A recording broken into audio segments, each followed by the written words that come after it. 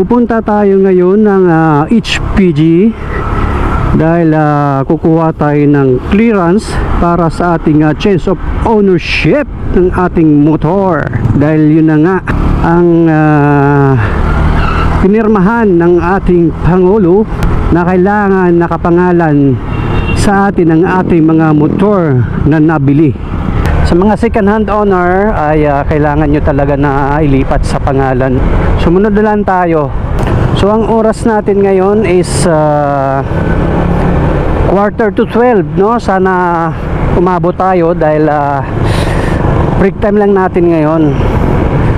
So di ko sure kung makakuha tayo ngayon kasi sigurado to mukhang marami na namang tao, mahaba na naman ang pila. Pero sa akin lang sana, kahit nakuha ko lang ngayong araw na to, is yung clearance para by Monday ay LTO naman. So habang binabaybay natin ng kalsada papunta sa HPG, so andito pa tayo ngayon sa Taguig City at magsi-C5 tayo. So share ko lang sa inyo, no, yung mga experience ko pagdating sa transfer of ownership. Based on my experience ay tuturo ko sa inyo kung paano, pero wala akong idea sa bayarin kung nagbago, di ba? So tuturo ko lang sa inyo kung paano ang proseso ng change of ownership ng ating mga sasakyan. Alright, una, kailangan mo ng deed of sale na naka-notaryo at kailangan mo rin ng dalawang valid ID, Xerox copy ng unang may-ari at ganun din sa'yo. Alright, so kung kumpleto ka na, pupunta ka na ngayon ng HPG para kumuha ka ng HPG clearance.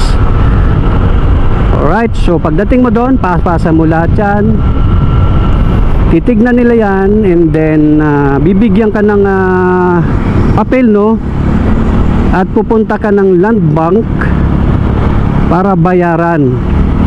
Pagkatapos mong bayaran is pupunta ka naman, babalik ka naman ng HPG para sa stencil picture taking. Alright, kasi pinipicturean yan kasama ka at yung motor. Pagkatapos nyan, pag nakuha mo na yung clearance is pupunta ka na ngayon ng LTO at ipasa mo lahat lang original. So ganun lang naman kadali yan. Wag kayong maniniwala sa mga sinasabi na 5K, 10K. Naku, delikado yan. Baka mamaya gawang rekto, bayari kayo. Mas maganda yung sumunod tayo sa tamang proseso para at least sa susunod alam na natin. Kung mag-change owner tayo, alamin natin kung saan yung mother file ng ating mga motor, no? Kung around NCR lang naman, tsagain mo nang pumunta dun sa mother file niya, guys, kasi kung hindi, pwede naman, kaya lang ilang days pa kasi yan, 2 to 3 days ata yung confirmation yan, LTO sa LTO. Unlike sa pupuntahan mo yung mother file at dun mo iproseso yung change of ownership, wala nang maraming tanong-tanong, basta ipasa mo lahat ng original. Okay na yan. Paglabas niyan is pangalan mo na. Mukhang mabigat ang karga nito, oh. Grabe, oh. Ingat lagi. Hop. Sayang. Sagasaan pa.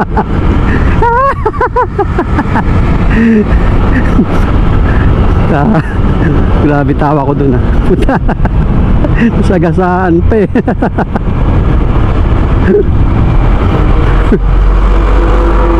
Wait.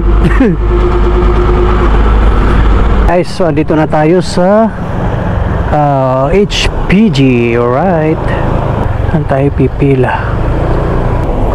May mga big bike pa rito. So galing tayo HPG guys, no. So pagpagawa na tayo ng insurance, din na sinabihan tayo na pupunta muna tayo ng LTO para kumuha ng CTC, no. So sakto naman malapit LTO rito. Sabi LTO rito. Alright, so kung dito kayo sa may HPG 20 Avenue, ay bandang unahan lang ng konti, meron namang LTO. Alright.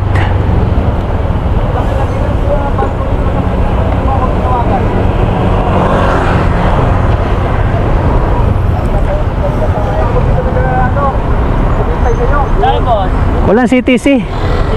Oo.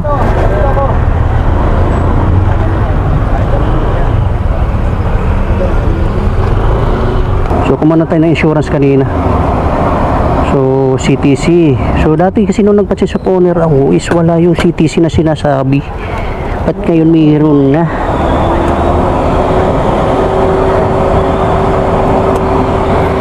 Pumunta tayo kanina dun sa may malapit na LTO, sa may HPG. And then sinabi naman doon na pupunta tayo ng sa may G. Araneta, sa may Santo Domingo. Doon daw tayo magpa CTC. Nanibago ako kasi dati wala ang ganun eh. Alright guys, so andito tayo ngayon sa LTO, National Capital Region. So base sa sabi ng HPG kanina ay kailangan natin kumuha ng CTC. Then yun nga, pumunta naman tayo dito at pinababalik tayo ng Thursday. So babalik tayo ng Thursday, you're right. Hindi tayo nagtagumpay. Pero kahit pa paano, di ba? May nakuha na tayo. Nakakuha tayo ng gawa na natin ng insurance. At nakapagpasa na tayo ng Xerox copy dito sa may National Capital Region LTO para sa CTC. At yun nga ay pinababalik tayo ng Webes. Alright, so wala tayong magagawa. Yun ang sabi. Yun ang sabi nila.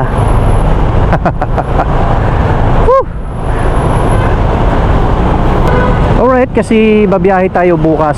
Ay, babiyahe tayo ng Sunday. So may sasabihin na tayo in case man ma-checkpoint tayo, at least nailakad na natin, di ba?